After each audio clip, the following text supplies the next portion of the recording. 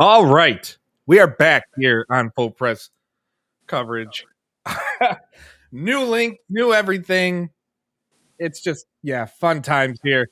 Mike Straw here with you alongside Chris Wassel joining me. Finally. I wish I had a clapping.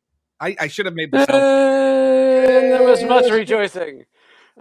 And yeah, technical difficulties just make things fun when you have a lot of people watching a show and things are, just like, no, why should things work well? Things were going so smooth, so swimmingly for the first hour. I go to get more water because I'm drinking like every 20 seconds, and They're gonna have like a water meter for Mike. It's like this is how much water, and put like a red mark every time. He like I ticks off should. like about 8 ounces. So And just see like at the end.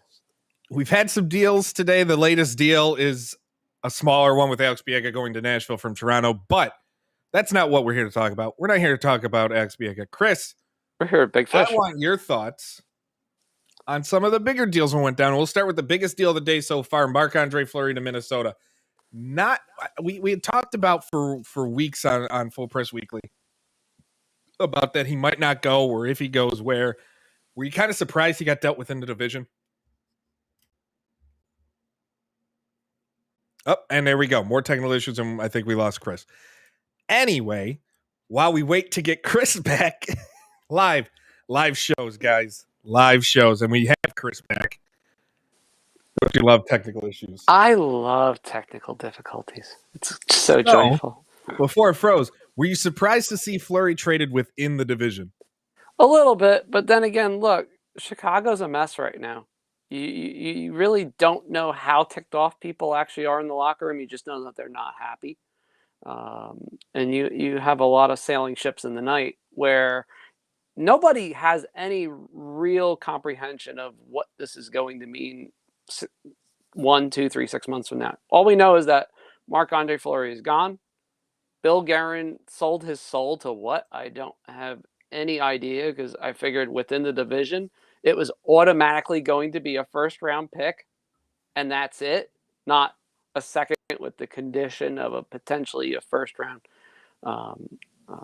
pick being dealt. That's a win for Minnesota in every way.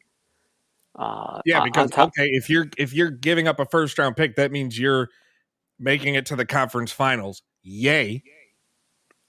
Yeah, I mean, and that's no guarantee, because I don't know, they have to play some team named Colorado probably in round 2 at some point or juncture. Exactly. That's the that's the thought process anyway, that they're going to somehow get into that 2 or 3 seed. That I guess that's their rationale for this move, because if they're 4, then it's like, they're going into the crossover more. Yeah, more and I mean, currently they're sitting in that 3 spot, but they are fighting tooth and nail with Nashville for that spot. So, and Dallas isn't far behind. So we'll see what happens with them, because again, they're fighting for it. Nothing is guaranteed, folks. That's what has to be understood here. Look, Nashville's got its own mess. I mean, they have their own rivalry, so to speak, within their own ranks, known as John Hines versus Philip Forsberg. That's kind of its own reality in of itself. You have Dallas, who has lost 4 out of 5, has an injury to Braden Holtby now, so there's a mess there going on. They're not really sure what they are at this point.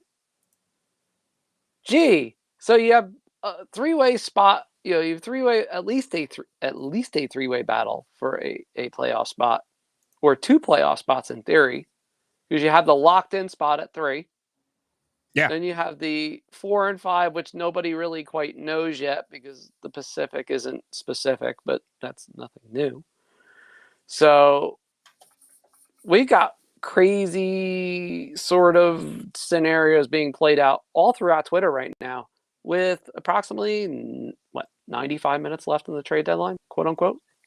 And I mean, one of the names I actually wanted to bring up to you is Pavel Zacha. His name's being floated a lot more over the last 48 hours, at least I've noticed. Do you think it's one of those, oh, it's just a name floating out because it's deadline day, or do you think there's real potential of seeing him dealt from New Jersey? There's at least a chance. Now, I would like to thank the betting sites that actually were crazy enough to do this. PlayNow.com, thanks to Carol Schramm, who wrote the original article via Hockey Buzz that got this kind of started. And what we did was I obviously talked to Jim. I talked to some people at Sports Interaction. They were only able to go so far with it because, as everybody knows, legal betting in Ontario doesn't start until next Friday. So they actually couldn't post official odds on the Sports Interaction site for trade deadline scenarios. However, I was able to get some numbers based on what their bookies were coming up with, and they were in line to what we saw in British Columbia and what we saw in Alberta, at least as preliminary numbers. And Zaka's name definitely did come up. Now, was he a shoo-in to be traded? Certainly not. As a matter of fact, his odds, if you looked at a trade chance, was about 20 to 25%. It's not very high, to be honest. But that was up from basically single digits several days ago. So again, nobody really knows what's going on. I mean, we talked about even Jesper Bratt's name being brought up just because of his potential arbitration number. Look, it's going to be crazy. Everybody's going to be tossing names out because we're at the final stretch. I mean, I had a list of rumors from Mark East and I this morning, and we both looked at each other and went like, "That's it, we're done." At 10 a.m., we were like, "We're done," Yeah. because for those that don't know, Mark Eason is the, as I like to call him, the head chef over at NHLTradeRumors.com. One of the most comprehensive sites out there. He has a bunch of writers in his stable, including Lyle Richardson. You mean You name he's it. more reliable than, Hockey Insider? Absolutely. Remember that? Remember when I that love. existed? Remember the difference between the 3 R's and the 2 R's? And It was so people bad. going nuts. It's a classic for people that don't know. There's Hockey Insider, and then if you want to go further back, Never forget, Hockey Insider predicted, he said Zach Parise, instead of signing with Minnesota, he was signing a 10-year deal with the Sabres. I remember this well. And then like I said, for added insult, you had the Eklund rumor generator, which was an absolute classic. Now I know the I person love that those things created. because they have one for AEW for like a Tony Khan announcement generator. And Yes. they have it for everything. People don't understand how funny this is. It doesn't seem like it at the time. I get why, because look, we take our job maybe way too seriously here. Well, some of us do. I don't, because I You know can who never doesn't? take this for granted. This guy. Absolutely. Get that mug on there. Like I said, I'm winning this prop. I know I am. I have a bet with a few people that perhaps right for full press hockey. I'm winning this already. I know this. Just give me the $5. Let's go. But all joking aside, expect a little more chaos as we get into the 2 o'clock hour, and then it's all gloves off, because there are still names floating out there that nobody really knows if they're gonna go or not gonna go. We have Vancouver, who look, they're just getting done eating their late breakfast. I mean, yeah, Boston was still floating the idea, like we said, of Jake DeBrusk. Jack Zidnika, by the way, is a game time decision now Yeah. for And Boston. Jake DeBrusk, that's another name. Because, yeah, they signed him to that extension, 2 years, $4 million a year. But all that says to me, and I talked about it before our last break, all that said to me was it was a case of teams maybe didn't want to make a deal for someone who might not be there, for a pending free agent. So get them under contract for 2 more years, and now you have more leverage to get a bigger return for a player who, despite playing better and being put in, still doesn't seem to want to be there. there's a weird sort of awkwardness between Jake DeBrusk and Boston. Now, look, I will never claim to be an insider for But what anything about an that. insider? That's a good question. Two Now, R's. for jersey disputes, that's different. But for Boston, and from people I've talked to, Jimmy Murphy, Tim Rosenthal, Fluto Shinzawa, you go up and down the line, and there's kind of like a back and forth sort of like, there's still something uneasy about all of this, and that definitely gives you a pause that a trade could occur in the next 90 minutes or maybe perhaps 120, because we all know the NHL Central, somebody tripped over the cord for the fax For the machine. facts. Yeah. It's happened. It's happened every so often through the years. I still look 15 years ago, Mike, this was awful. I still remember a trade deadline where trades were happening at 7 p.m. Eastern time. Yeah. And it's just, you would think, I don't understand how that still happens. Like, I don't think it'd be where trades are being announced that late in today's day and age or now. It's better now, thankfully. But I still don't get how certain things take as long as they do to get deals done. Did you put your pencil down in time? Seriously, yeah, right? That's what it feels like. But that's what like I've said to people, because I've been getting asked for weeks and weeks and weeks, and of course tomorrow, what will happen, right? The trade deadline goes by, it'll be free agency, draft day What trades. deals happen at the draft? Yeah, and there is no transition. It's straight into, okay, let's go. And that's a good thing, because it makes hockey fun for fans of teams like us that have no playoff. Like, what else we got to look forward to? Utica Comets playoff hockey. It's like. Yeah, Rochester. I got the Amerks, but it's still one of those things of what else? What else is there? So another deal that happened, and I haven't even asked you about it. Your thoughts on this? Claude Giroux, and I'm going to ask another guest coming up shortly about his thoughts, because he's a big Avs fan. But Claude Giroux going to Florida, we were kind of talking about, without a first round pick this year and without a first round pick next year, like, how are they going to get it done? And what do? They just trade the next year's first round pick. So now they don't have a first in the next 3 years. Granted, how they're built, they're going to be late first anyway. The hope is. But were you surprised that Florida was able to nab Giroux? Granted, they have to give up Owen Tippett, but for what Florida's trying to do, not only win a series for the first time since '97, but get a cup. I'm still kind of surprised they were able to pull it off a little bit.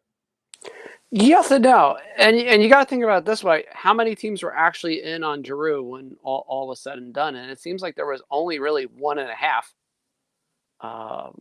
Once Colorado saw the asking price there and saw it was going to go up, was there did Giroux nix a deal to Colorado as well? That I don't know. I only know that he definitely nixed one to Boston and New York. Those were the two that were definite. And it wasn't surprising. I feel like he grew up in Philly. That people say, like, oh, this whole like team rivalry thing doesn't exist in modern day because everybody's buddy. For some players, it still does. It's still there. It's still there. You don't, until you're, and this is coming from someone who's not a professional athlete. Look at this body. It's still there, and they had so much history with the Rangers and with Boston, with Philly, that it's not surprising that he wouldn't go there. I don't care what the offer was; it's not surprising at all. Yeah, I talked to stumble into a certain player agent this morning. It was pretty funny, and they're like, "We just want this day over. We really do."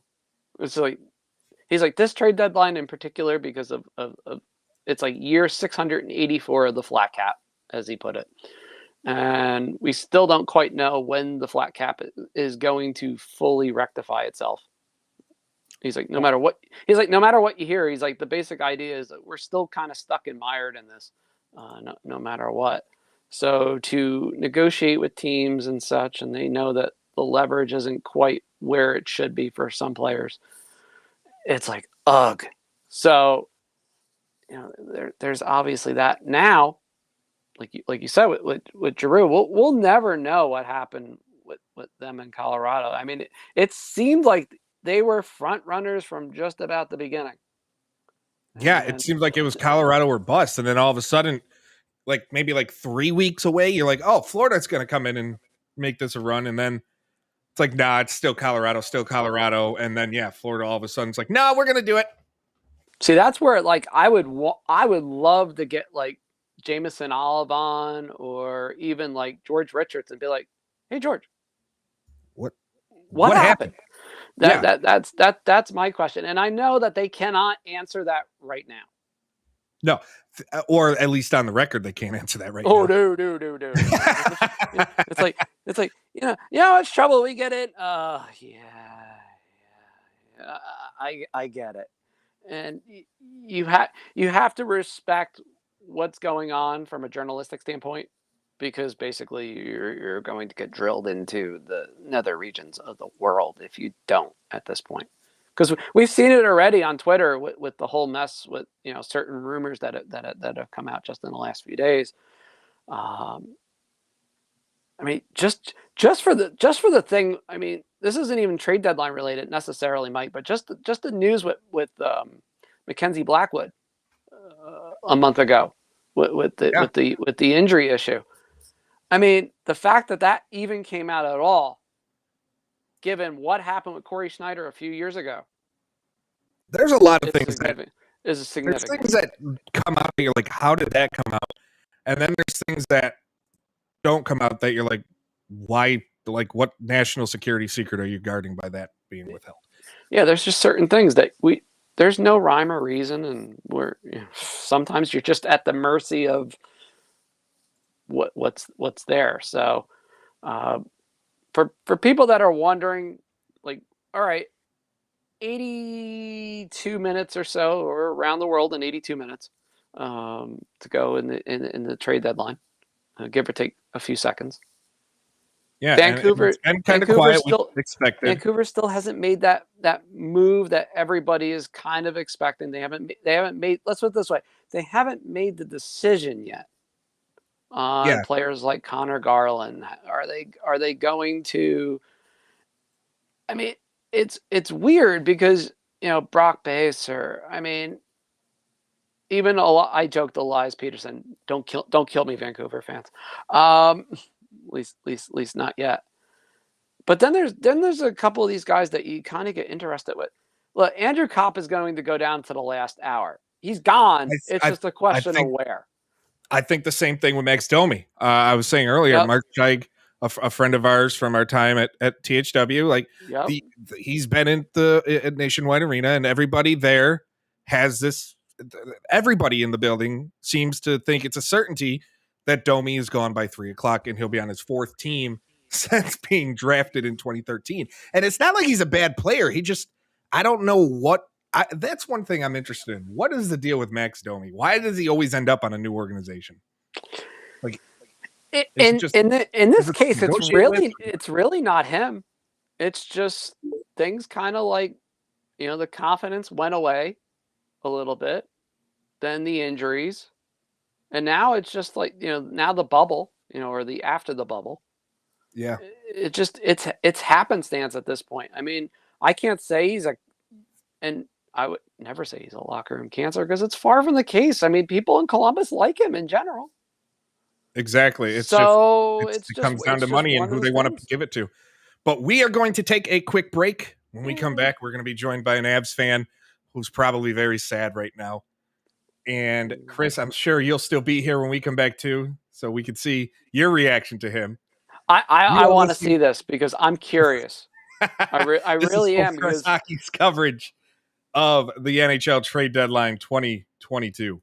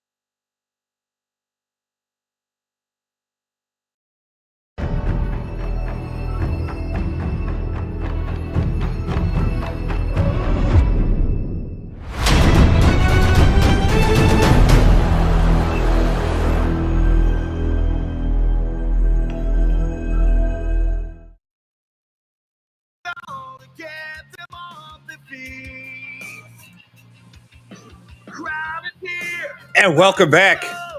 Full press coverage is live. Coverage of the 2022 NHL Trade Deadline here on twitch.tv, youtube.com/full press coverage, Facebook and twitter.com/full press NHL, full press radio app, fullpressradio.com. Jeremy, we're joined now by Fightful.com's Jeremy Lambert. You like the song I gave? Yeah, that was the Cody Rhodes intro, wasn't it? That was Cody's thing? Yes! Yeah, I thought so. Because there's some adrenaline in your soul. Not right now. There's nothing going on in Avalanche world. We're not doing anything. Andrew Cogliano's the big score, I guess. So, how do you feel when everything we were just talking about before you joined, Chris and I, for months it was Colorado or bust for Giroux, and then you find out, yeah, your team's not getting him. I mean, it's disappointing. Obviously, it sounds like he only wanted to go to Florida. So, I mean, depending on which reporter you believe, there was a lot of stuff out there, but it seems like he only wanted to go to Florida. So, what can you do, right? We have a history of this. We were in for Artemi Panarin, and they offered him like a short-term deal when he was a free agent, and he decided to go long-term with the Rangers. They were in on Taylor Hall, and it looked like they were really in on Taylor Hall a couple years ago, and they didn't end up getting him. So, being very in on Claude Giroux and not coming away with him is about what I expected. Which is really funny that they were in on Taylor Hall at the same time the Sabres signed him for 1 year, $8 million. No, it was the exact reverse. Yeah. Colorado offered him like a 4 or 5 year deal at about like a little higher AAV, and it's like even with a solid signing bonus, and it just all of a sudden he just goes, turns, and signs with Buffalo.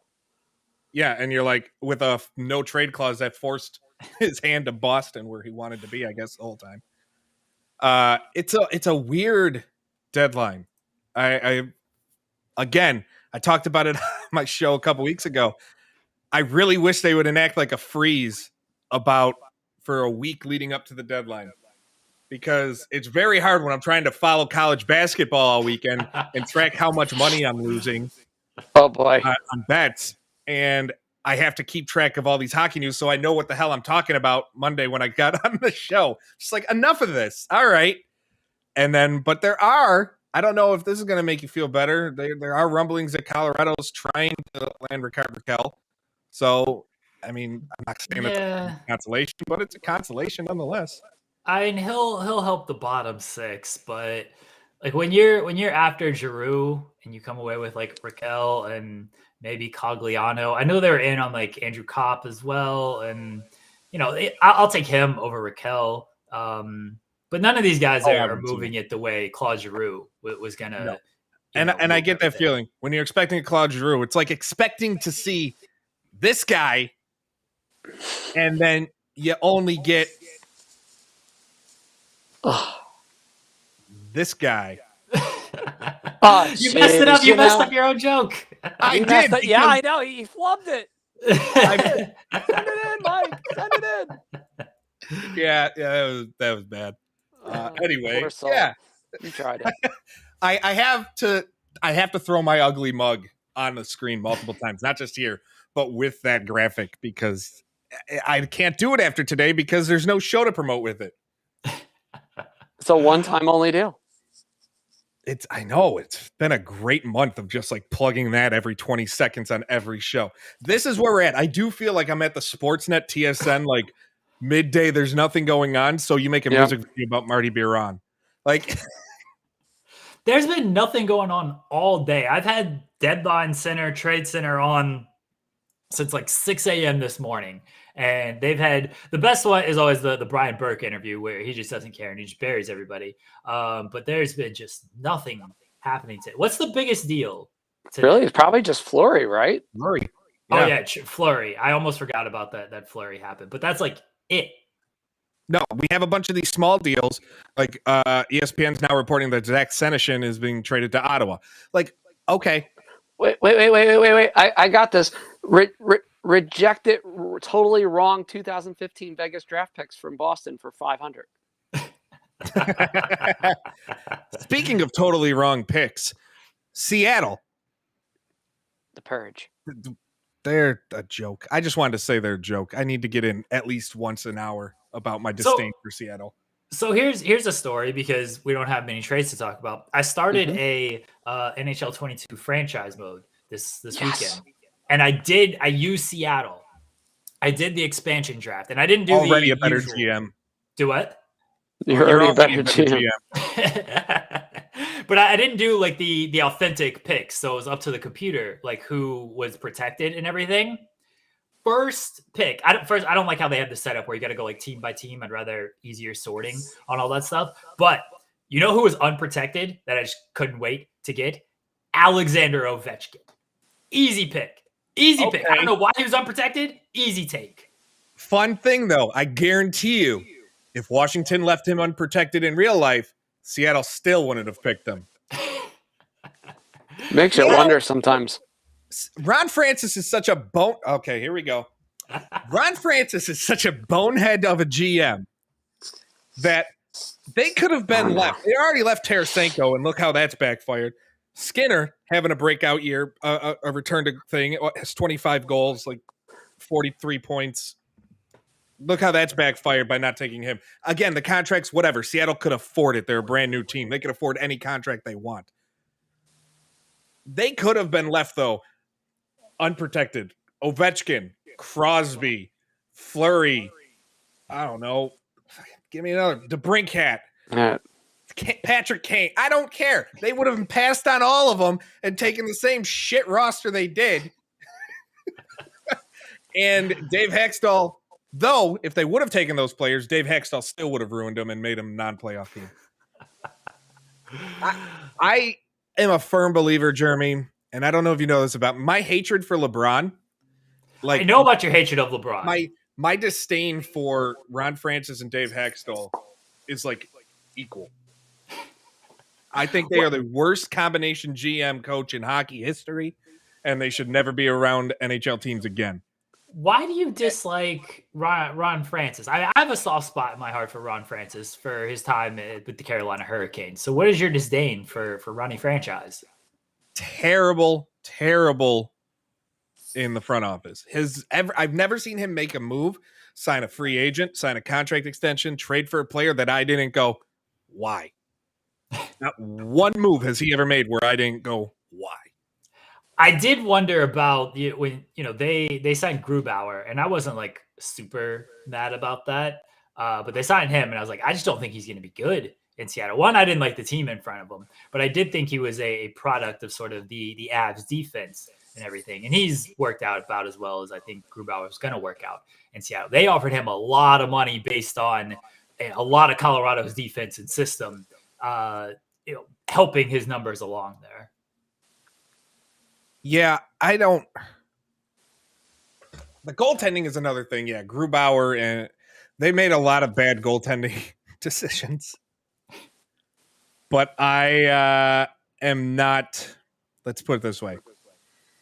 I don't think anybody they would have grabbed would have been a good choice because they would have just not had a team in front of them to stop. It's hard to put a goaltender in that spot when they're giving up as many high-quality chances they are a game. They give up.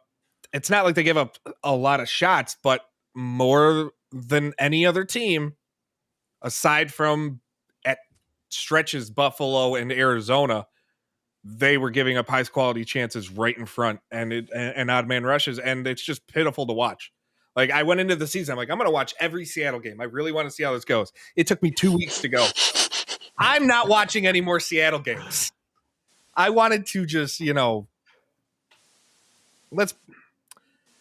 trying to think of a good analogy to put it, but I can't. And I know this is not a hockey show, or this is a hockey show and not an NFL show, but I just saw the trade that went down to the NFL, and it needs to be talked about. Matt Ryan to the Colts. It's a good deal. Ow. Stupid. The NFL is stupid too. But it's trade deadline day, so why not talk? It's a trade, so technically not too far off topic. Since the NHL doesn't want to do anything because it's one letter off, F and L. Like, it's just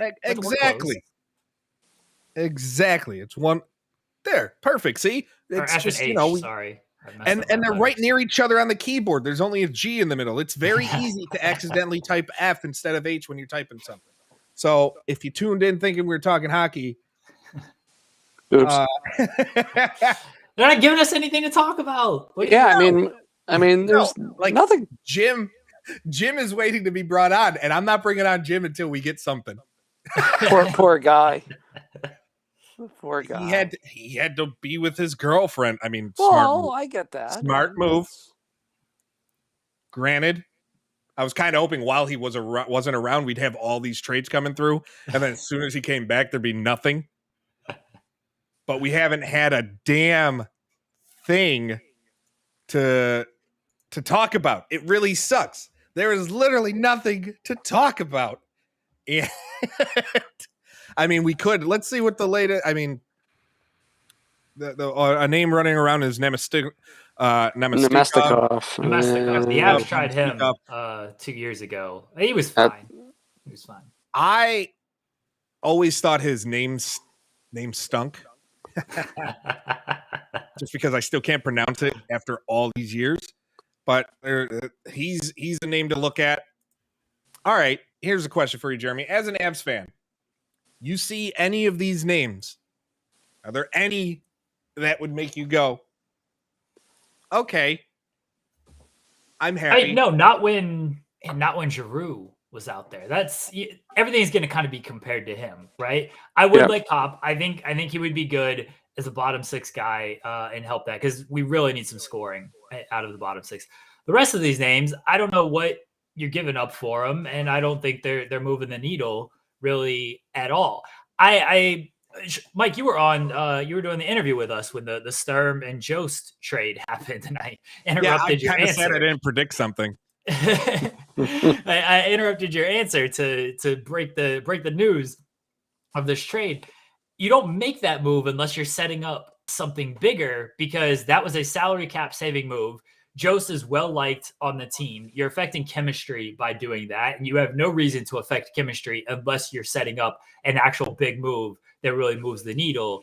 And the guys on this list don't actually do that. Tyler Bertuzzi kind of moves it. Of course, he can't play in Canada, and I don't want a guy who's not vaccinated on my team. But he certainly would move the needle along. But not being able to play in Canada when Calgary seems like an opponent we're probably gonna have to face if we want to make it to the Cup final. Like you would want that guy on the team. I like it's amazing how there's just one player in the league. There's two, right? There's two guys who are unvaccinated. Well, we thought Evander Kane was, but then he signs in Ottawa or Edmonton. True. So we don't know. Like, I don't know if anything ever came out with that, or if people just got over nagging him about it. And I don't want to say it's nagging because whatever. Like DeBrusk violation, that's for sure. DeBrusk would be good. I know he just signed the new deal, but it seems like that was more of like alleviation for teams that might have been worried about the restricted free agent hit. And then Lehkonen wouldn't be bad either. Like they don't like fully move it, but I'm taking anything right now. We don't need a quiet deadline. We're the best team in the West by like 9 points right now. Everyone's kind of penciled us into the Cup final. It was the same story last year. Last year, we go out and get Soderberg and Nemeth, which didn't move the needle at all. And everybody's just like, oh, it's fine. They're the best team. Bring back guys who are familiar with the system. It's good. Everything's good. And then what happened in the playoffs? I mean, we got Manson, which I like that pickup. And Bo Byram might be our biggest deadline pickup at this point if he's healthy. But we got to address more on the bottom six. Sturm for Jost, or just the forward depth in general. Sturm for Jost, just it ain't it. Well, I'm at the point where we have an hour to go until the deadline.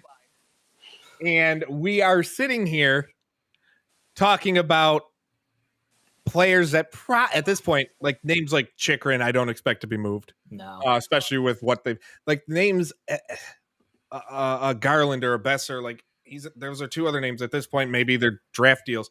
And I've been a firm believer lately, the last few years, that the draft has become more exciting than trade deadline day. And today it's showing again. Like, granted, I don't want to say it hasn't been an exciting deadline because the few days leading up to it the last few days have been incredible. Today sucks. Yeah, I mean, this is just like NFL trade deadline. It kind of had that feeling going in. And it's like you there was a little tiny shred of you that hoped that it wasn't. And okay, we do have one deal that just came. Nick Leddy to the Blues. Okay. So the Blues shore up their defensive line. Interested to see what they get back, what Detroit gets back. But again, it's not oh my God, it was just another name that you can cross off the list of where he goes, of who's going to be dealt. So, but it just seems like today, especially, it is a day for a deadline for defensemen to be dealt. All the bigger names just seem to be defensemen. Damn, I still say the Devils should just hop into this and say, hey, we're gonna trade Bate Severson anyway. Here you go. They should trade that Dougie Hamilton guy. He's kind of a bust. Nah, he's all right. He'll be all right. I'm still interested. I think my biggest shock of the day would be if, and it's not going to happen. Please, Forsberg be traded. If a player if Forsberg, but also a player that no one wants to touch because of salary, if a player like PK Subban ends up being dealt via 3-way deal. Those are like the names where the deals where I think it would move the needle on me, and it would kind of surprise me in a major way to see certain players, or if Chychrun just ends up getting dealt. But again, that to me is a fat chance of happening.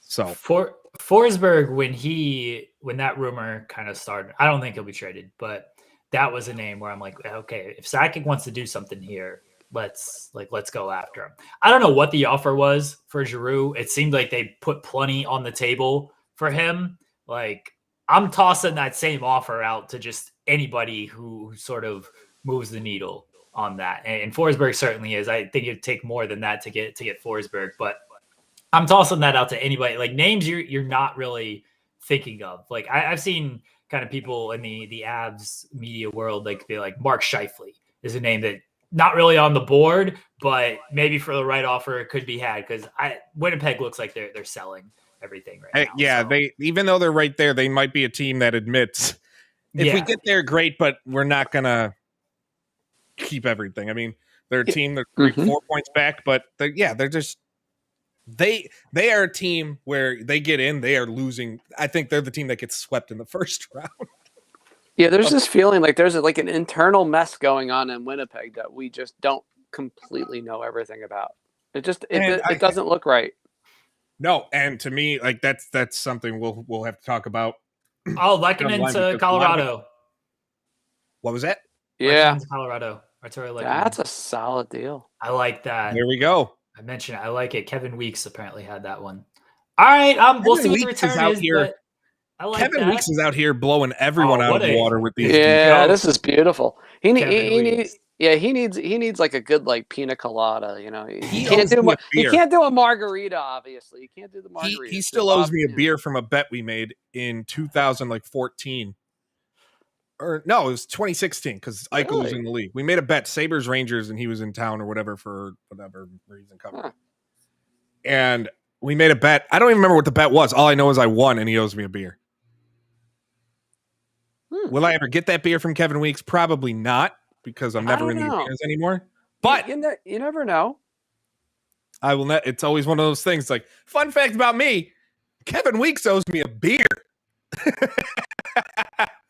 So, I mean, there we go. He should add scoring. Mm-hmm. He should add. He's not a Giroux, but I mean, he's younger. No, he is. So I'm interested. I expect going back involves a first round pick of some sort. It's Barron in a second. That's not bad at all. No, that's a solid move. For Colorado, that's a win. I really, really like that deal. I think Barron was part of the Giroux package originally. It seemed like they were willing to go Barron and a first, and then maybe something else. But and Justin Barron played well in the couple of games he had. But it also seems like it's good news on Byram, because I don't think they're moving Barron because they already moved Hellison to get Manson. So I don't think they're moving Barron if they're really worried about Byram. I know he's back at practice, full contact today. So it seems like he should be ready to go by the time the playoffs start. All right, I like this move. Yeah, there we go. I mean, you come on and the Avs finally do something. That's something they're clearly waiting for. They're waiting for at the top of hour number 2. Poor Jim. Yeah, well, Jim's coming on at 2:15. That's when I told him to join. So we'll see what happens at 2:15. But right now, we're going to take a break. Jeremy, thank you for joining us. Enjoy the Thank you, rest of the deadline. Where can everybody find you personally? And I've been plugging Fightful all day, but where can everybody find your great, awesome work?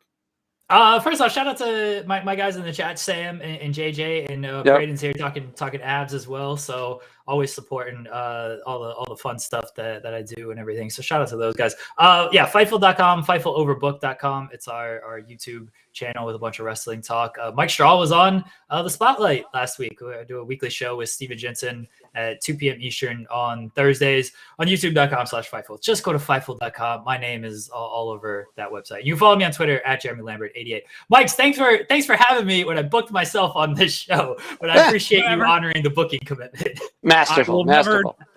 That's how I work, man. I mean, you don't get paid, but I'm a cheap. I'm a terrible promoter. You could book yourself. I just don't pay you.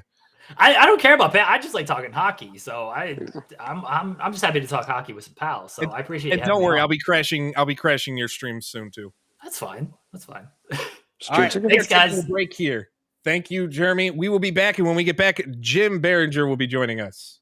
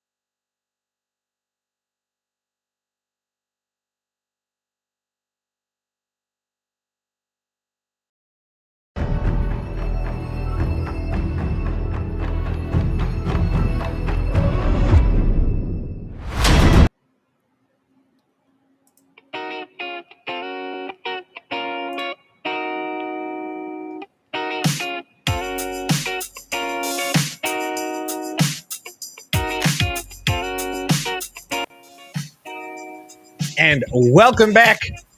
It is the beginning of hour number 3 here on Full Press Hockey's live coverage of the 2022 NHL Trade Deadline. Mike Straw here with you. Joined now, before we get to that, there is something I need to do. We are brought to you today by my bookie. The madness has officially begun, and it's time for you to shoot your shot and score big on the nonstop action with my bookie. It doesn't matter whether you're filling out multiple brackets, betting the national championship winner, or simply looking for player or game props. My bookie has you covered. Sign up today at mybookie.ag with the promo code MSH to secure the first deposit 50% bonus up to $1,000. It's simple. Put in $200 and play with $300. Put in $1,000, play with $1,500. Just use promo code MSH to claim your bonus today. College ball, NBA, and UFC. No matter the sport, no matter the minute, MyBookie puts the action in your hands with in-game live betting. And with choice from thousands of lines and odds, you can turn any game day into a payday. Bet anything, anytime, anywhere with MyBookie. Jim, we finally have you here. And what is up, boys?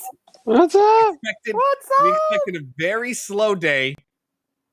Actually, I expected it to be busy while you were gone and then to die when you're here, and it seems the exact opposite. Right when you're ready, we get the two biggest deals since the Fleury deal, and it was the biggest deal since the Fleury deal, and that's Luukkonen over to Colorado for absolute steal. So, what is your initial thought on that deal? Well, I mean, I like it for Colorado. It gives them depth where they really need it. I mean, especially if Landeskog's out. And obviously this move means Landeskog's out probably to at least the first round of the playoffs, because everybody said, he'll probably be back. I said I didn't think that was going to be the case, talking to some people. I always thought Colorado would hold him out until at least the first round of the playoffs, which is the smart thing to do. And adding Lehkonen just proves it that they were going to do it, and they did it. And I like the ad for them. I mean, he brings a lot of experience with him. A lot of the players that Montreal has traded bring a lot of playoff experience. And, this guy's a nice depth piece for them right down the middle, because, you got McKinnon, Kadri, and Lehkonen right there. So it's a great pickup by Colorado. And the other deals that have happened, Marc-Andre Fleury and Justin Braun and Nick Leddy to St. Louis too. What's been a deal that of today? Now, we're not talking about, we know how big Giroux is and how big the Lindholm deals are, but what's been your biggest deal of the day that you think really improves a team as we head to the playoffs? I mean, is it easy to say Marc-Andre Fleury to Minnesota? I mean, I think that was an area they needed to improve in. Goaltending for sure. I mean, nothing against Capo Kakkonen and Cam Talbot, but this team is in win now mode for Bill Guerin because of the cap situation that they're going to be in the next couple of years. So why not go out and get a Marc-Andre Fleury, improve a position, and not to mention, look what else they got. Tyson Jost, and they also got Jacob Middleton, a guy that had been rumored going to other places. So they upgraded two positions, defense and goaltending, and I think Fleury's going to be in a better situation where he's going to play better than he was in Chicago. I mean, we all talked about it early on that going to Chicago, we never knew what the Blackhawks were doing, the old regime. It's like, you're not in win now mode. This team is not that good. And clearly, it's goodbye. From all reports, it's goodbye Chicago talking Fleury through this process, because at least they got his input without blindsiding him. Yeah, and it was still kind of surprising to me that he was dealt with in the division. But whenever the deals, speaking of deals, though, the second round pick going to Montreal is a 2024. So it's not even. Wow. It's not this year. It's not next year. It's a 2024. To say the deal seems to get better and better by the minute for Colorado to get a guy who can come in, you plug him in your bottom six, you put him in. I mean, he's probably your third line forward for you guys for the Avs at this point, and he's going to produce for you, especially given an opportunity to succeed on a team that is going to make provided any major injuries, going to make a deep run in the postseason. So it's, to me, coming down, that might be my favorite deal of the day. Yeah, it's looking better. I mean, shoot. Next thing you know, Colorado's going to get like a free limo ride for him to the from the airport. And they might. In the biggest troll move of the day, just a day after signing Harri Sateri, Arizona decided to say, screw you, Toronto, you're stuck with Mrazek, and claim Sateri off waivers. That was pretty good. That was a pretty good. What a move by Arizona. I mean, that's it. Well, don't forget, everybody's got to realize Toronto's history with putting goaltenders on waivers. I mean, they lost a bunch of guys a couple of years ago that could have been keys for them. And then they were in goaltending purgatory. I mean, look, yeah, I threw it out there yesterday, and I don't believe it's going to happen. But when I saw Mrazek go on waivers, you're like, oh, Devils maybe goaltending and stuff, But it's probably not going to happen. I don't think it's 2:10. If the Devils are going to do anything, if anything, it comes in after 3:00, but I just don't think I think they're going to stay in pat. But what a great move. And speaking of great moves, I got to say, Anton Forsberg and Vecka, how do you say, whatever his name is in Arizona. I used to say Veggie Melt, and I got yelled at. Veggie Melt. You know what? It's Veggie Melt. Yeah, the Vegemite. Let's go. Vegemite, whatever.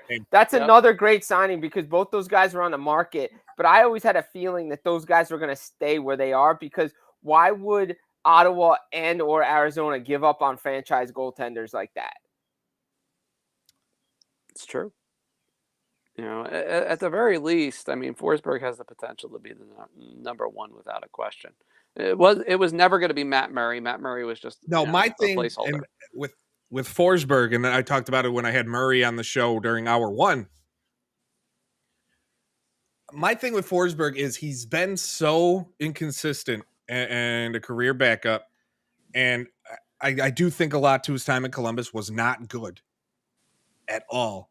Like he's been better with Ottawa, but it's tough for me to believe that he can mold into a guy that could be a number one. It's very tough, and maybe that's just because I put too much stock into what he was in Columbus versus what he's been recently.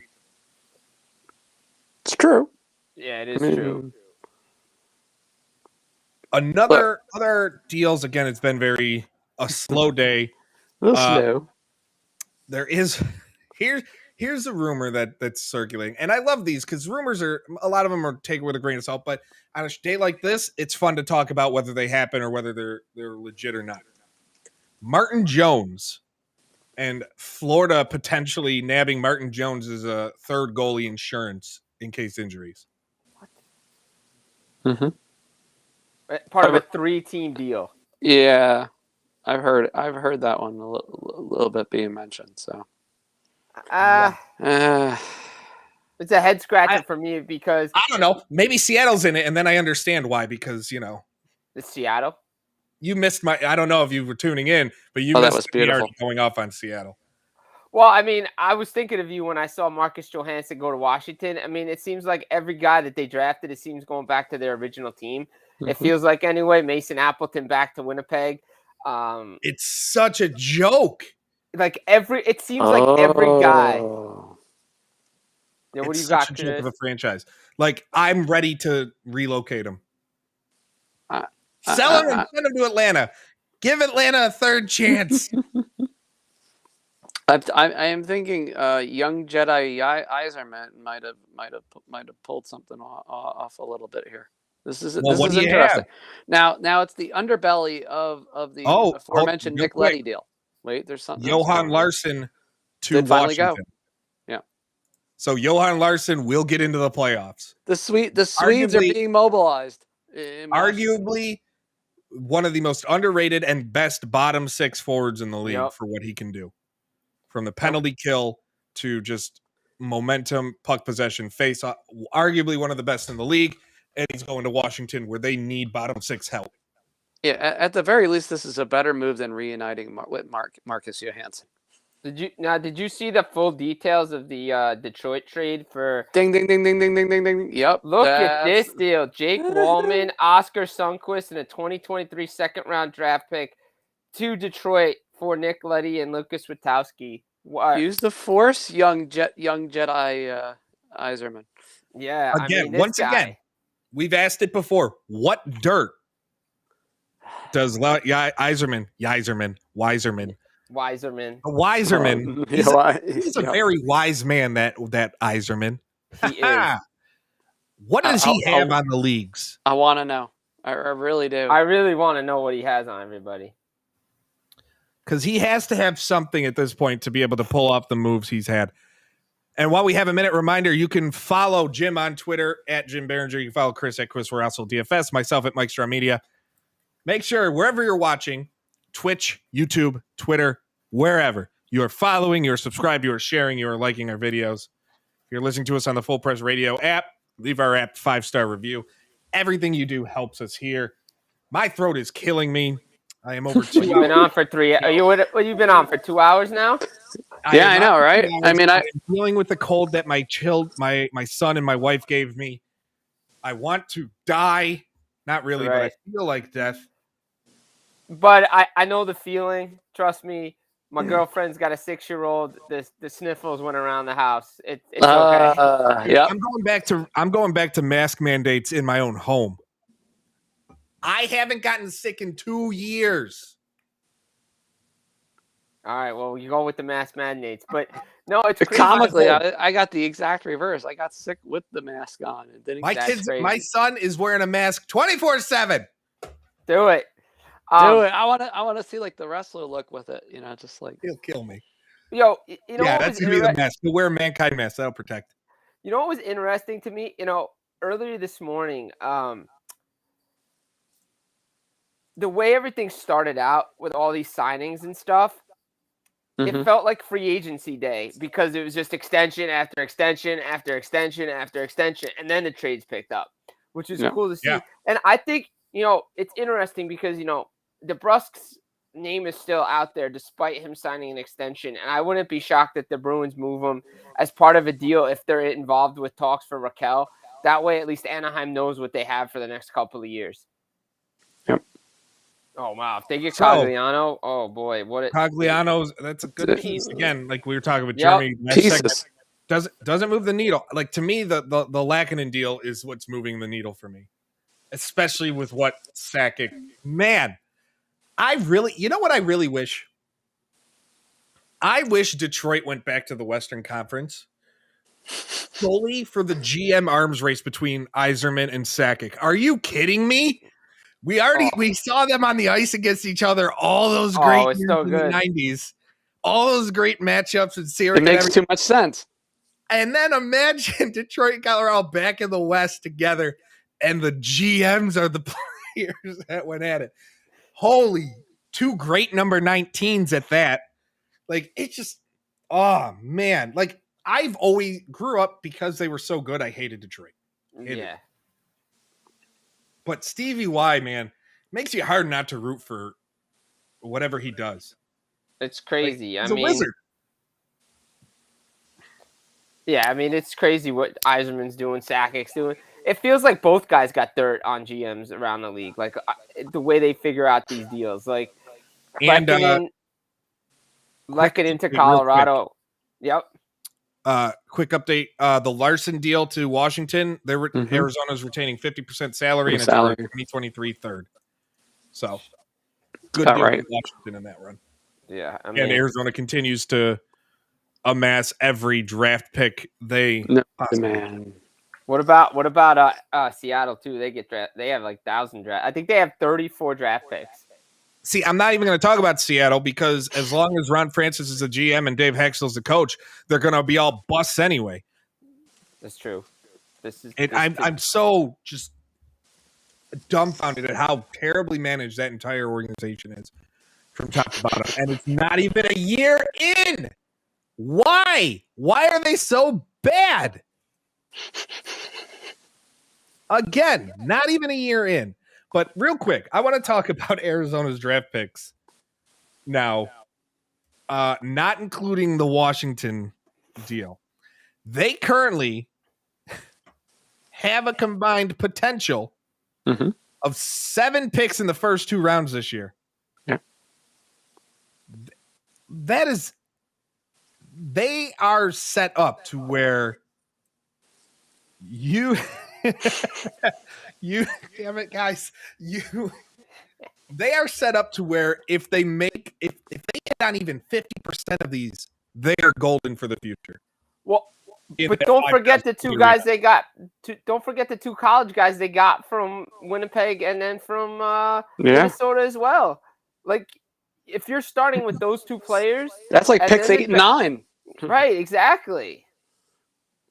And good ones at that. I mean, they're kind of like commodities that you can sit there and go, hey, these are assets we can build around. They're not actually a little bit more than just picks, to be honest.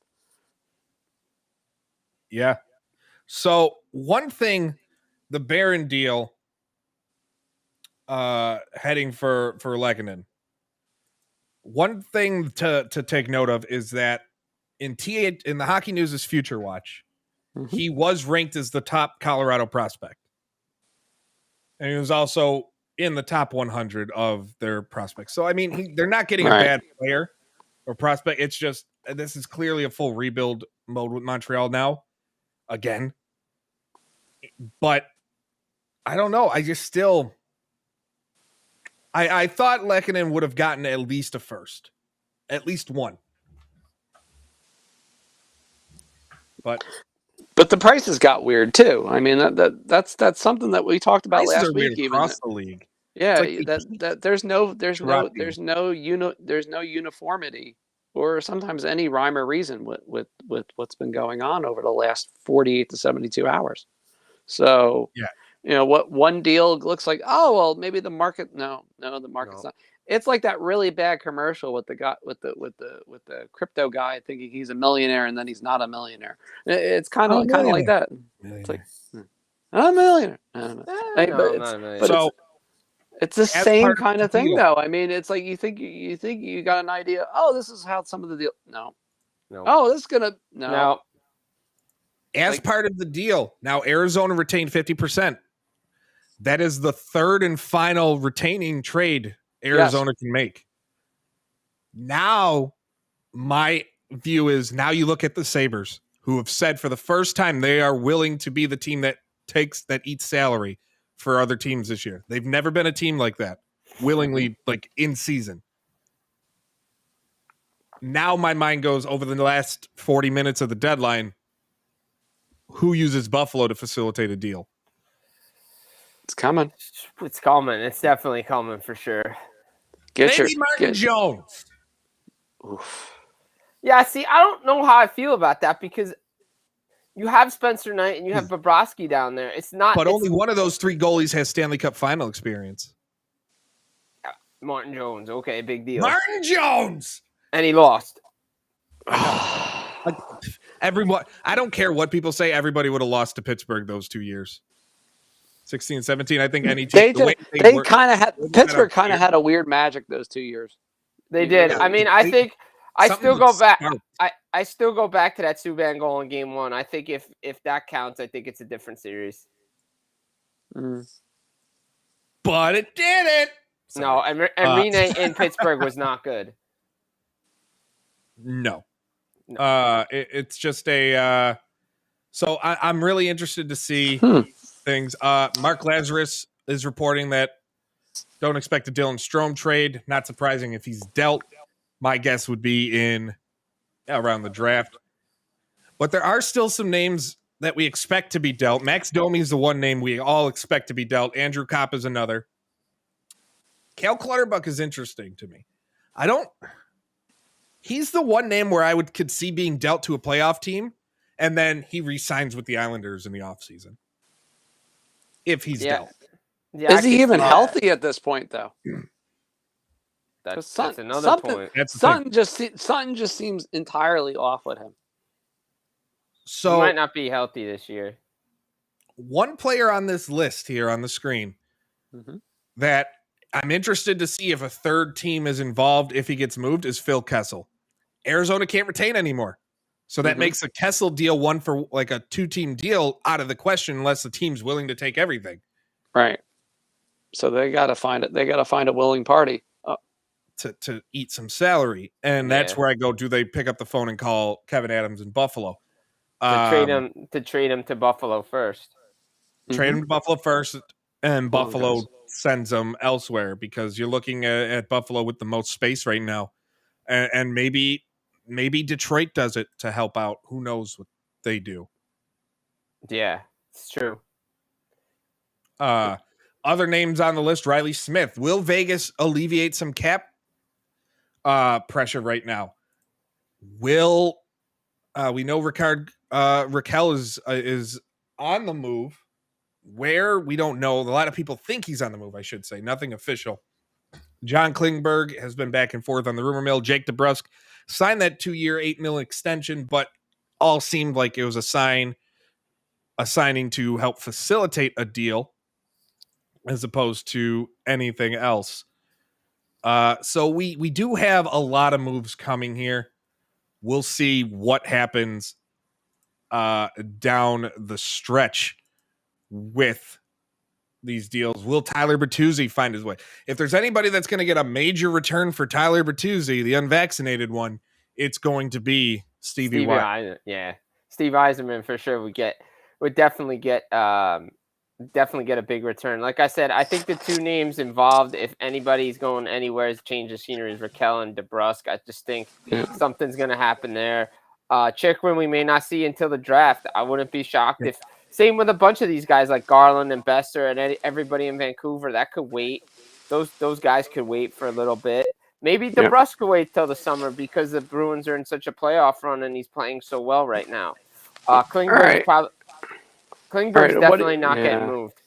Yeah, he's staying because especially with the mononucleosis with Heiskanen, they can just revisit that later. They can. What another name not expected to be moved, according to people in Columbus, is Jonas Korpisalo. So there's a good chance he even plays tonight.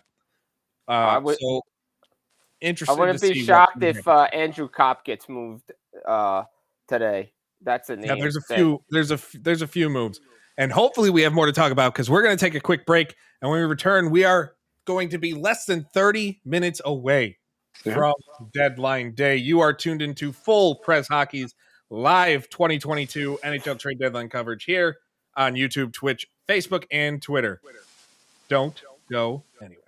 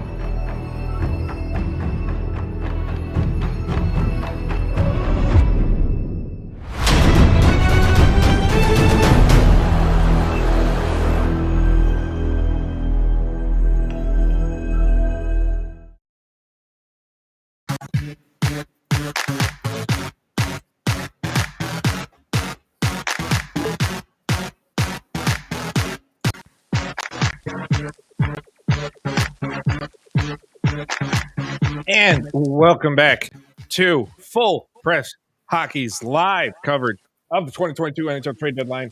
We are 30 minutes away from the deadline. We are here with you till just after 3 o'clock Eastern Time. Mike Straw, joined by my Tuesday night cohorts, Jim Behringer, Chris Watzel. We wanted a deal when we were gone, and we got a deal while we were on break. Zach Sanford, Winnipeg from Ottawa for a 5th. And Jim, you brought up an interesting point in our little chat. What does this mean? What does this signify to you? Do you think? I think this tells me that Andrew Kopp's going to be moved. I just think the fact that they brought back Mason Appleton, they get a similar player in Zach Sanford. These are just cheaper replacements for a guy for Kopp, who's probably not going to re-sign with this team anyway. I just think that this is where they're going. I mean, look, they are 4 points out of it, so they may feel that they can get in and not move these guys. But this just tells me, both of these moves just tell me that they're going to bring they're looking to replace Kopp, because I think they got a deal on the table for him. Here's one thing. Apparently, this is to do with Marc-Andre Fleury. Marc-Andre Fleury will back up Cam Talbot tonight. Well, that kind of makes sense. It's not too far. So. Yeah, I mean, that kind of makes sense. He's got to travel there, so it wouldn't make it would. Yeah, but him being in the lineup tonight is. I'm surprised. I want to say surprised because he can get from Chicago to Minnesota super quick. That's true. I see a lot of reports saying it looks like the Leafs and Islanders are talking about something, but you never know with Lou. Yeah, there is rumors flying as well that Dadonov will be on his way out of Vegas. And that Vegas somehow is going to find a way to get Rickard Rakell, which would be some. I want to see how they make this stuff work. That's all. That's what I want to see. When Vegas and Tampa make a move, how does it work? Evgeny Dadonov has a modified no trade, 33 years old, $5 million in a cap hit this year and next year. So we have that. So that helps alleviate, if he's on the way out, some of the cap stress. Whereas Rickard Rakell is only 3.79 pending USA. Excuse me. So at only 28 years old. So it does alleviate cap this year. It alleviates cap next year because there's no way they re-sign Rakell because they can't afford to. Unless other big moves happen, like a Riley Smith on the way out too. So I'm interested to see on that. We expect a lot of crazy rumors over the last half hour of deadline. Always happens. Things start to get crazy. It's like, well, they're talking, can they make it work? And we'll see what happens there with deals. So I'm really interested in what happens. Will Vegas be able to alleviate some salary cap issues? Will Tampa be able to do the same? And being as someone in Buffalo, what will the Sabres do, if anything? 'Cause right now they haven't made a single move other than Robert Hagg to the Flyers yesterday for a 6th-round pick, which, okay, yeah. I mean, that's a depth move for Florida. I mean, it's just a great move right there by them. So, yeah, because the last thing I think any team wants to see happen is, and again, I'm gonna link this with Buffalo, is what happened to the Sabres in 2006 against Carolina, where you have to rely on your 8th and 9th defensemen as top pair because of injuries and staph infections and viruses and whatever. Exactly. So, do you get as much depth as you can on the blue line, and hopefully you don't need to utilize that depth. Right. So we haven't seen much from teams like Buffalo. We haven't seen much from Toronto, a team that they got Giordano, but that's not going to solve the problem. We haven't seen much from New Jersey. We haven't seen much really from the Rangers. I expected more from the Rangers. Carolina has stood pat on everything, and they're a team. Yeah, I think they were going to all along at this point. Yeah, I think at this point, because I think like the big deal for Lindholm and all those guys, I don't think they were willing to pay prices that Boston paid for him, and I don't think they're going to give him the extension either. No. That extension was big. That extension was very big. What Boston gave him. So that's kind of where Carolina is. I mean, the Rangers addressed 2 areas. Now you can debate whether or not they really addressed them, but they needed depth forwards middle six guys. They got that in Frankie Vetrano. And they need a depth defenseman in Justin Braun. They got that. Other than that, the other big move they can make is if somebody is willing to pay for Alexander Georgiev. Yeah, and you got to think, Carolina standing pat. Like, I don't want to say I was really interested to see what they were going to do, but at the same time, with what they have, excuse me, on their books, I mean, they have they have Sebastian Aho at a big 8.4, Svechnikov, but they also have Kakaniemi. Who knows what they decide to do with him because they acquired him on that 1-year offer sheet, which made me so happy. But who knows what they decide to do? He's an RFA. They still have Jordan Stahl. Technically, we'll find out when if it becomes official today, tomorrow, next week. Yeah, because it's soon to become official. It's soon to become official. He signed an 8-year deal with the Carolina Hurricanes. He re-signed with the Hurricanes. What is that? 4.8, something like that. Yeah, it was like 4.8 or 4.85. Yeah. And that, to me, like that, so Carolina seems to be wanting me more take care of their own and keep things going.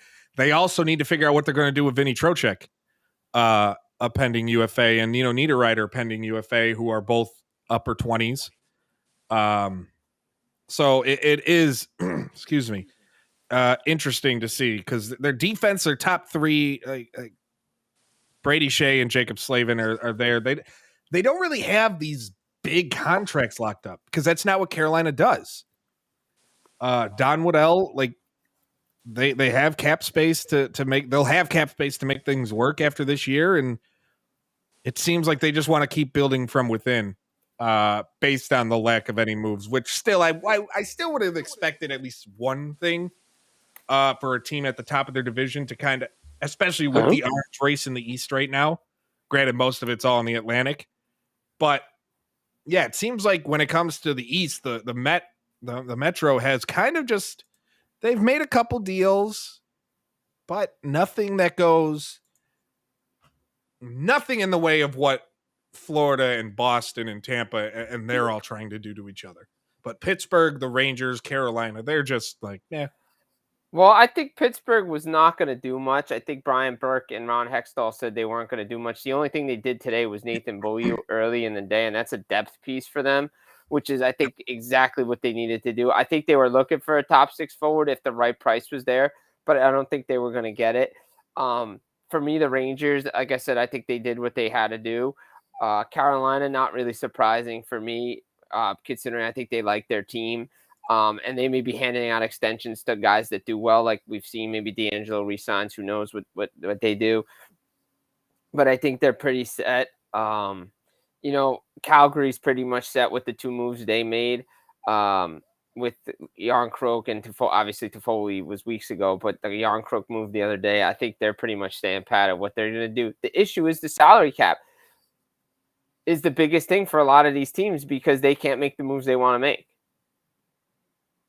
Yeah, and that's where it hurts. I remember I talked about it on Mike Saves Hockey a couple weeks ago, and we've talked about it too. Like, one, I still would have loved a roster freeze a few days before the deadline to make today more exciting.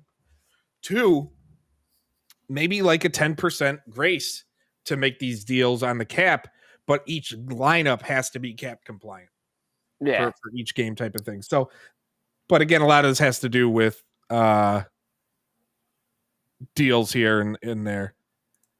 I think like the biggest thing for the Devils though is like I think if Miles Wood is practicing, I think that's their trade deadline acquisition to get Miles Wood back in the lineup. I think that's their trade deadline acquisition. I still think they want to add a goaltender, but with 19 games left, they might be able to just figure it out and just ride Dawes and Gillies or something, or figure out something, because I don't know if they're going to find their goaltender right now to fix all their problems until the off season.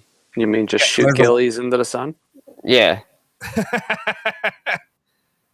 or just make a boatload of money off like betting against the Devils for the next like month and a half. Which I will. I kind of want to. You need to. I need You to make need up to. for this. I need to make up for yesterday. Before those numbers go up, because they're going to. By the way, the bets you needed to make, Mike, from March Madness, Peacocks, I did. Yeah. and more Jersey Peacocks. City, baby. I had the Peacocks because I do not like Kentucky. I pick whoever Kentucky plays every year in the first round. But this was the first year I could actually legally do it. Nice.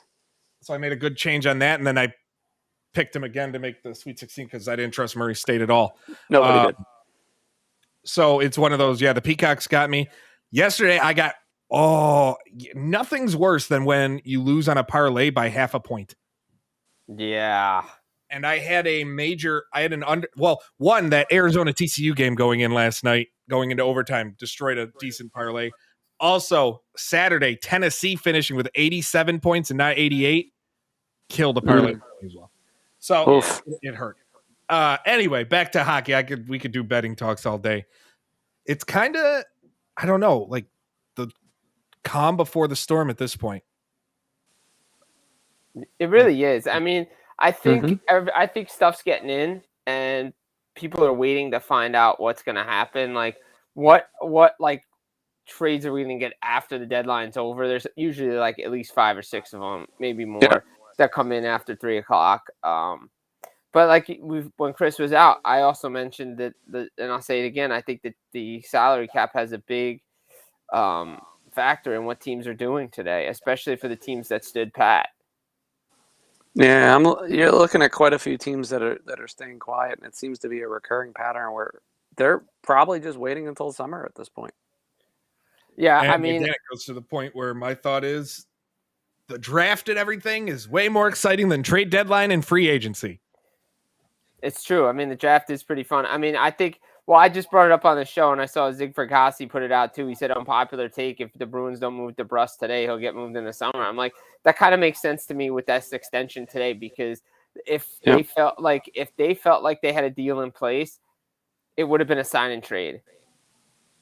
Yep. Yeah. I kind of feel that same way. But I didn't originally. When I heard the news of the extension, I immediately assumed, okay, we're going to get a deal with announcement within an hour. That's kind of where, excuse me, that's kind of where I'm at, where I was at with that. But now things are kind of quieting down, and I'm just waiting for these smaller post 3 p.m. deals to come out. And we'll stay with you guys for those tuning in. We'll stay probably till a little after 3. My throat is killing me. My voice is clearly starting to go. And I need something to justify. Yeah, water time. I need something to justify the fact I'm still talking here. You gotta keep going. We gotta keep going. I mean, look, I think this is my 3rd hit already today. I did one early this morning on Toronto with our boys up there, Saga 960, talk about Giordano's trade. I was a fan of it. There's no excuses. Our buddy Adam Proda said there's no excuse for this Leafs defense now with Giordano in the lineup, but they have to play a lot better. There are no more excuses. Like, Giordano is better than Rasmus Sandin. So yeah, I mean, there's no more excuses for this to happen. But man, they need Muzzin. But they do. Healthy. They really need Muzzin. Badly. Really bad. Yeah, exactly. Badly. I'm interested, again, I'm interested to see if this Andrew Crop deal comes in after the deadline, because and then if it doesn't, then they're just getting rental players because they believe that they can make the playoffs. But I don't know. They have to pass so many teams, and not only that, they have to win games inside of their own division. And that division is at this point the toughest division. Well, in hot. No, it's debatable. The Atlantic is still the Atlantic, but as far as like, well, I don't know, top to bottom, I would say the Central and Metro are right up there, evenly matched. I'm not going top to bottom though. I'm going teams making the playoffs, like who they're battling. Like, I don't know, the Metro I don't view as super competitive except for the top 3. Washington is just there. I don't think Washington has a shot to get into the top 3. Well, I mean, I'm just saying though, like any night, any team can beat any other night. I've seen like Philly get wins that they probably shouldn't have. Okay. Columbus, like teams like that. Look, if you look at the Central, right, where Nashville is, Minnesota, St. Louis, obviously Colorado, but well, now Chicago's bad, but and they were always bad, even with Fleury, but at least they had a shot. But Winnipeg's always there, like and Dallas, like that mix right there is, and that's a head scratcher to me. Like, hey, don't I don't worry, know if you guys did make a trade. Andrew Hammond to the Devils. Really? That's not a Exchange trade for Nate Schnarr. So there you go. There's your franchise goaltender. So Andrew Hammond, the Add another banner behind you. Oh, boy. So Andrew Hammond's going to help the Devils with the rest of the year. That's pretty much what you're saying. Andrew Hammond's going to back up Nico Dawes for the rest of the year. Basically. Yeah, that's kind of where we're at. Like, I'd rather have Peter Mrazek. Thank you very much. Phil Kessel likely not moved. Yeah, they couldn't find a deal. Not surprising. Once they couldn't retain any more salary, probably couldn't get a third team involved. Phil Kessel likely remaining in Arizona. Jonas Korpisalo remaining in Columbus. Jacob Chikrin remaining in Arizona, which we all expected. Dylan Strome remaining in Chicago, which we expected. Still some players out there, but tough to see any big moves coming in the final 10 minutes or so. There's something's gonna happen. I feel like Yzerman's gonna make another move. And if it does, the Rangers are in on one or two players too. I've heard them in on Cop, right? They're in on Cop. They're in on Raquel right now. Will they pull it off? Dun dun dun. And okay, breaking. Okay, we got something. Okay. Darren Dreger. All indications are Andrew Kopp is headed to the New York Rangers. Rangers also may be working on Tyler Mott. Yeah. So they pivoted back. So Andrew Kopp from the Jets to the Rangers. Right, not official, but looks like. But if Dreger's saying it, it's as close to official as you can get. Exactly. It's a situation where, again, not surprising. Nope. He gets to go play with the 2021-22 Jack Adams winner, Gerard Gallant. Like I said, it's not going to happen, but at this point, I got to keep up with the gimmick. The only way it happens is if somehow the Rangers surpass Carolina and clinch the division. That's his shot of being coach of the year. And as we just discussed before with the Zach Sanford deal, right on the money with this, telling me, when they did that, you knew Kopp was moving. Yeah. You just knew it. You just knew it was going to happen. Real quick, I know I was mentioning this before. A head scratcher to me is Dallas with Wedgwood. Like, why? Like it. I know you need a third goalie, but it's like Holtby and Ottinger are playing really good right now, and you're in a playoff race. Like, there was, unless this is an AHL move, this just didn't make sense to me.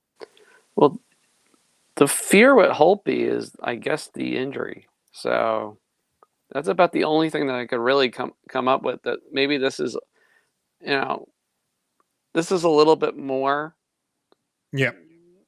than what they're saying, because he's not even playing against Washington, and that right. They were kind of like really looking forward to, especially Holtby.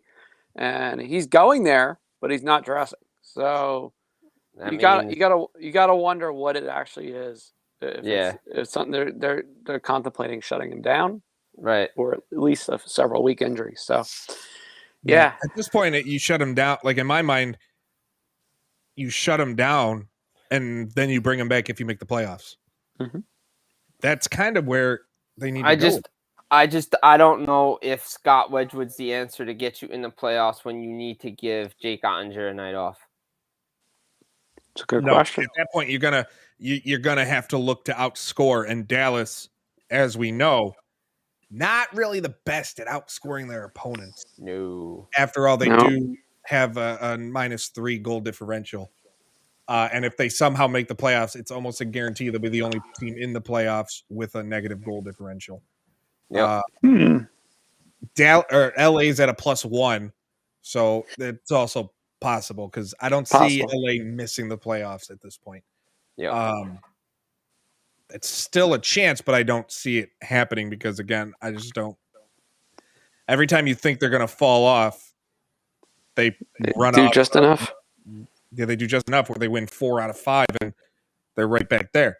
So LA is a team where, It's official. It's Mhm. official. Andrew Kopp to New York. Yeah. Any word on the return just yet? Not yet. It sounds like there's picks involved, but according to one of the writers for Winnipeg, that the holdup could have been the return, either 2 seconds versus a first or some sort of sweetener to get him there. So, Yeah. but Andrew I Kopp mean, it's a is a good New deal York for the Rangers. Ranger, It's a really good deal for the Rangers to me. and they got Mott too. It looks like. So the Rangers had kind of been quiet, and then they come in with this, which are the Kopp deal to me is a better deal than the Mott deal. It all depends actually on the return, but the Rangers are a team that they view themselves, especially this season, with the way Shesterkin has been playing all year. They definitely seem to feel like they're a team that can make a deep run. Where at the beginning of the year, maybe not, but as the year went on, and Shesterkin continues to just play lights out. This is a team that believes they can beat anybody in the playoffs. We'll see if it actually pays out, but Kopp is a good addition to trying to do that. Yeah, exactly. I like this player. He's a good depth player. They've been looking to replace Sammy Blais for the longest time. They finally got it with Andrew Kopp. He's that type of player that can replace Sammy Blais on that third line. I like Tyler Mott, brings physicality. Again, this is what the Rangers were looking for. Bring physical players to this team and be harder to play against. You get that with Kopp. You get that with Vetrano. You get that with Mott. And Gallant loves those types of players. You look what he did with Vegas. Look what he did in his short time in Florida. Those are the type of players that you're going to win with in the Stanley Cup playoffs. And if they didn't give up too much, that's even better for Chris Drury because he has his future there as well. So I like the fact. I think if they only give up like picks to Winnipeg for Andrew Kopp, that means that whatever Jeff Gordon and Kent Hughes were asking for Arturi Lehkonen, Chris Drury didn't want to do because there was a lot of chatter that Arturi Lehkonen was going to go to the Rangers. Yeah, and it seemed like that's what it was. Yeah, well, that's what it was going to become, and then it didn't happen. So I'm interested. It kind of, I don't know, maybe Colorado, maybe it was, and then Colorado all of a sudden just decided to up their deal, up their offer after losing out on Giroux and a couple other players. So we'll see what happens as we tick down. We are 5 minutes away from the deadline. We're going to take one last break, and when we get back, it will be time to talk about what did and didn't happen on deadline. You are listening to and watching Full Press Hockey's coverage of the 2022 NHL Trade Deadline.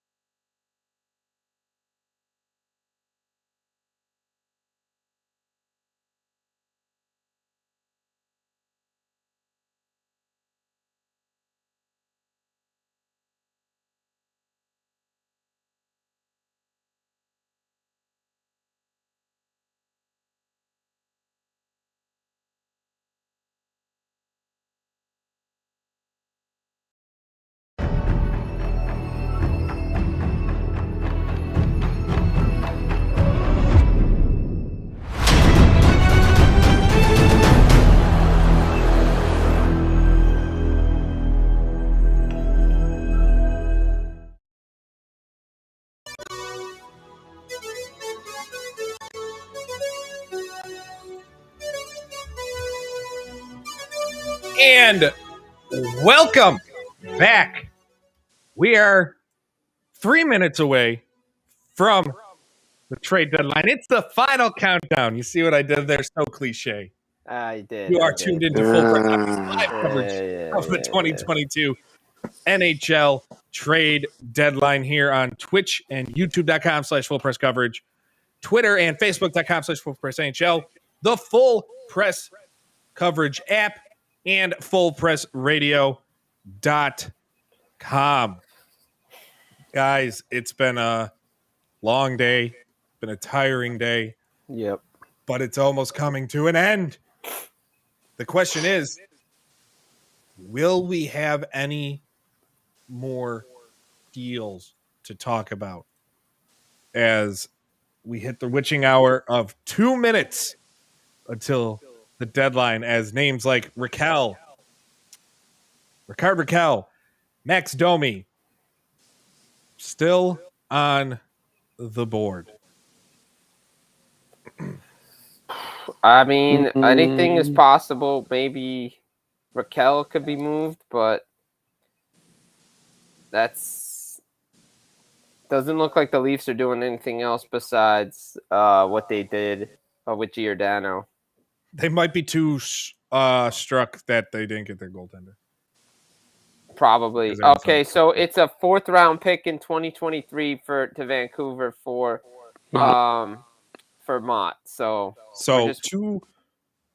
we're still waiting on the return for the Cop deal, correct? Yes. Yeah, we don't have it yet. It is coming in. So we don't have it yet. Yeah, Kyle Dubas expected to speak with the media at Scotiabank Arena shortly. Done. Yep. They're done. We're still waiting. People haven't in Buffalo are telling me that they haven't said they're done, so my guess is something is happening. Okay, official on Jesperi Kotkaniemi. The extension is just announced. Yeah, so it's There's now 3 o'clock. Trade deadline move. What? So it's now 3 o'clock, basically. Yep. Yeah, you can do it. So there is his move. We have hit the deadline. Wham, wham, wham, wham, type of thing. I don't have any sounds. I didn't make a soundboard. I don't care. I'm tired. We will stay here probably the next 10, 15 minutes, see what comes through. I'm not staying on till 4. I was thinking about it, but I'm tired. I need to eat. It's been a long day. And there have been people who have been with us through the entire day tuning in that have been chatting, and I appreciate all of you. A reminder while we wait for some late after deadline news, you could follow Jim on Twitter at Jim Behringer. You can follow Chris at Chris Wassel DFS. You can follow other guests we've had on the show. Murray Pam joined us in hour 1. Pammer Hockey. Yes. So I was at the rink, right? Yeah. At the rink, yeah. Is at the rink. Good for him. I was busy typing away, getting some of those articles out on Full Press NHL. So, it's that's been a why good I came day. in late. Oh, yeah, that's why. Yeah. Okay. Oh, yeah. No. Jeremy Lambert, Fightful.com, joined us last hour as well. Go check them out. You can follow me at Mike Straw Media. Still nothing of substance coming through. Is there one player that if he's not announced in a deal as one of these late deals that just get submitted that you'd be surprised wasn't traded? Raquel, I guess. I mean, his name's been out there forever. I mean, I shouldn't be surprised that nothing happened in Vancouver besides the Mott deal. Yeah, just hang tight, kids. Something's coming through. It's not over. Not over yet. Because I guess I should start counting the amount of trades that happen just to see how many prop bets have been hit for fun. Did we hit the number? I believe we did. The what? Or the are number going of times to. you guys get to see this awesome face? Wait, I thought there were rules involved in this. I thought once the trade deadline was over, you couldn't do that anymore. That's Until true. the last trade comes through, I'm doing it. We're still on the show, still full trade deadline coverage. But All I right, mean, you have to use that ugly mug for something else. This is true. To address Braden, you know what? There are some concrete rumors that Riley Smith may very well get extended in Vegas. Which would be surprising because he was the one everybody talked about. Yeah, they thought that. Oh, sure, when Eichel was coming, that was going to be the casualty. Yeah. But again, sometimes with rumors, it's just like, well, sometimes we're just gonna blow smoke up your rear until something else happens. I think the Chikrin injury did a lot to scare teams away. And per LeBron, the Coyotes will revisit a potential deal in the summer. Not surprising. No surprise there. No surprise. Everybody, Eric Stevens of The Athletic, the Anaheim Ducks, said, quote, "It would be an utter shock if a Rickard Rakell trade is not completed. He will be on the move." Pittsburgh seems to be involved in this stuff, but they're let's put it this way. Pittsburgh Rangers are apparently out. Yeah, because they just filled what they needed to do. Yeah. The Rangers tried. Pittsburgh's circling back, but again, I mean, this sort of void time, as I like to call it, it's like you really don't know what happened between 2:50 and 3:00. No, you don't. Mean, it's the classic Marion Hossa deal from 12 years ago, where it was just like, what? I remember. So it was 2013 or 2012. I'm covering. Oh my God, this was the dumbest thing I was ever a part of seeing. I'm at the KeyBank Center, First Niagara Center, covering Sabres Trade Deadline Day when I was on that beat, and rumors started flying in the building that Ryan Miller was dealt. And someone somewhere picked up that Ryan Miller was heading to Washington as part of a package for Alex Ovechkin. Oh. And I'm sitting there, I'm like, and it went ham there to the point of people actually bought into it. Okay, we got Derek Brassard to the Oilers at the deadline. Mm-hmm. So they somehow, Edmonton decides to, after saying they're happy with their forwards, tweaked it a little. They decided to add a forward. Still, I think he's a type of player they need. I personally thought Edmonton could have added. Granted, if he was fully healthy, it might have been more of a chance. Edmonton could have added a Cale Clutterbuck because I feel like that's the type of player Edmonton needs to actually make a run in the playoffs, because we all know Edmonton can score. They just need help. Okay, here's a few things, confirmations. Believe Pittsburgh Penguins are indeed runaway front runners right now for Rickard Rakell if a deal is to be swinged at all. Obviously, New Jersey is done for the day. Vancouver is likely done for the day. Yep. Garland and Besser are not going anywhere. This is revisited in the off season. Has to be. Yep. Yeah. Garland will be traded, and damn it, it better be to New Jersey, because I've heard this rumor for so long. It's kind of starting to feel like the Thomas Caberlet, semi-annual rumor for like 3 years before he actually did get moved. Some other small things. Marc-Andre Fleury will wear 29 with Minnesota. Middleton will wear 5. Okay. I like the Middleton pickup by Minnesota. I think that's especially for a goalie that you still don't know what you have. Like, I think that's one of the more underrated moves today, Jacob Middleton, because I just like the way he plays in San Jose. It's just a great pickup. Rakell, to Pittsburgh. Multiple people, Friedman, Merrick, saying he's gone. No surprise. I mean, he's definitely going to Pittsburgh. And, as much as Brian Burke said that they weren't going to do much, like I said, if Rakell was going to Pittsburgh, it had to be for the right price. So the return is what I'm interested, definitely. It has to be. It has to be. If I had a guess, they got to be moving out like a Kapanen type player. Yeah, I'm trying to wonder what it could be. still working. Obviously, Kessel and Chychrun stay. Subban stays in New Jersey. That's Some of no these surprise. not surprising at all. Still quiet from some teams. So we'll see what happens as far as any sort of moves. We'll be with you for the next 8 to 10 minutes or so.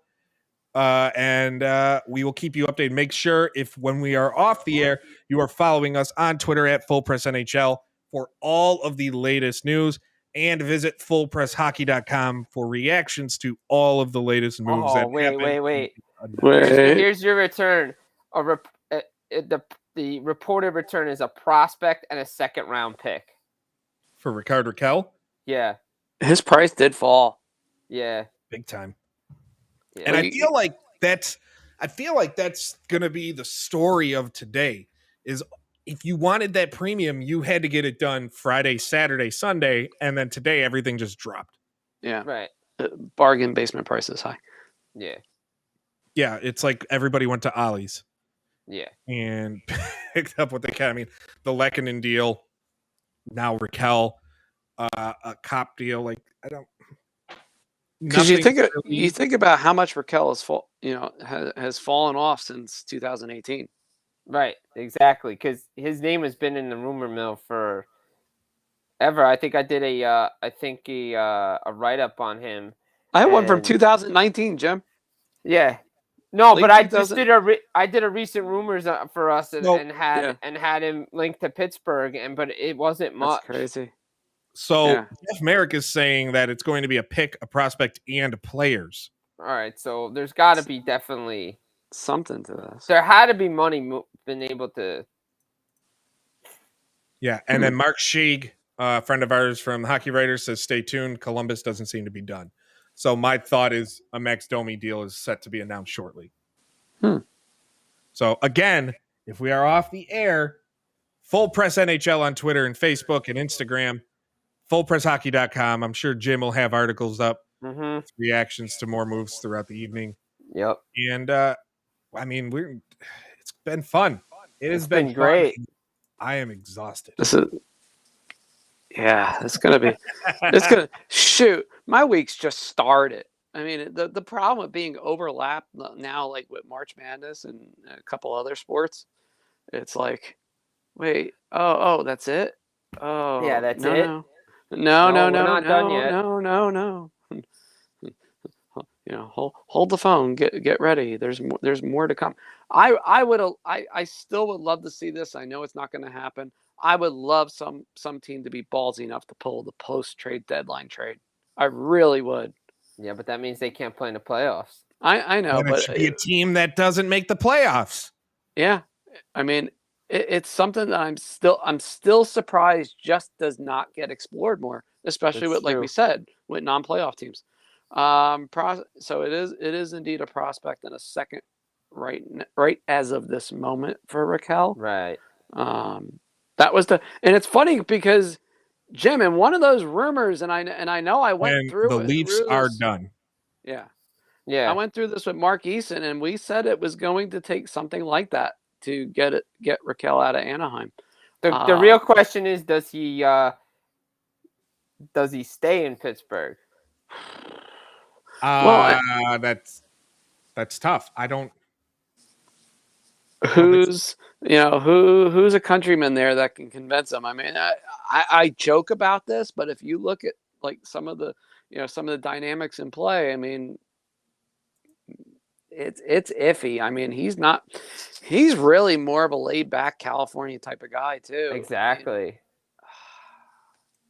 I mean, yeah, I don't think if there's any team, to be honest, I'm still of this belief, like a place where I think he ends up. I don't think he signs in Pittsburgh, but I think he ends up back in California. He signs with the Kings in the offseason. So I agree. That's kind of where I see him going. Yeah. But obviously you weren't going to get Anaheim and LA trading at the deadline together. No. But that's ultimately where, if I were to put anything on it today, that's where I'd put Rakell. And I think he'd be a great fit. Kind of like how Deneau, where granted, we all kind of questioned it, has been a perfect fit for LA. Rakell could be that as well. Exactly. That's a goofball type of thing. Now, this is something that happened way back around Q1. Hurricanes have been talking with Columbus for Max Domi. We'll see if anything comes of that. Per Aaron Portzline, the Athletic. So we'll see. And then Dubas in his press conference just now, Sandin is out for the quote foreseeable future with his future. Bye regular season. Yep. Basically. So there you go. There's Giordano, who he's taking the spot for. Yep. Damn. Oh, by the way, one of the more amusing ones too. This was supposedly announced like at 12:45. The return on the Kulak deal has not been announced yet. That's true. I thought it did. Yeah, the Kulak deal is William Lagesson and it is now like okay. Yeah, it's Lagesson. Yeah, it briefly got pulled, which was weird. Usually it doesn't get pulled. It doesn't get pulled off Twitter, and now it just came back on. Yeah, really weird sometimes with some of these. Looks like Ryan Carpenter from Chicago to Calgary. So a small depth move for Calgary. Just the West's best get better. I mean, it's pretty much that's a Daryl Sutter move right there. Yeah, he just needed his gritty kitty player that he can just plug into the fourth line and say, "Here, go bang something." Exactly. Chris Johnson reports, sounds like they got it in under the deadline, under the 3 p.m. wire. Max Domi heading to the Carolina Hurricanes. Wow. So that is we were talking about Carolina staying pet. That is a big get for them for the playoffs. Depth scoring a player who can perform well. That is a monster of a get for the Hurricanes. Right now. Everybody's reporting it. That's crazy. The Sabres have announced that they are done. Yeah, they didn't make a single move on trade deadline day with a bunch of expiring contracts, and Buffalo Twitter is burning to the ground at this moment. They don't look happy. No. But again, what did we just talk about with the prices of everything? Yeah, I mean it's down. When certain things just plummet like that in the course of an afternoon, I mean. The for a lack of a better term, the music ended about Saturday, and you needed to be in by like Thursday or Friday to get in on the best deals. And speaking of the music ended, that's where we're gonna sign off here. Boop. Be sure again. Do we have something more? It looked like Jim was like, "No, not yet." No. I said boop boop boop. Yeah, it's boop boop boop boop boop. Done. We are signing off here. Thank you to everyone who tuned in. Full Press NHL on Twitter for the latest deals. FullPressHockey.com for full coverage. Again, it's been great. Thank you, Jim. Thank you, Chris. Thank you, Murray. Thank you, Jeremy. We will be back tomorrow night for Full Press Hockey Weekly. A more relaxing experience. A great time of recapping every single move. Oscar, before we take off, Derek Brassard heading to Ottawa. No, he went to Edmonton. From Ottawa. Yes. From Ottawa. Plus they got Brett Kulak. And Kulak. Yeah, I'm losing it. Anyway, thank you for watching. We will talk to you again soon. See you tomorrow night. Peace.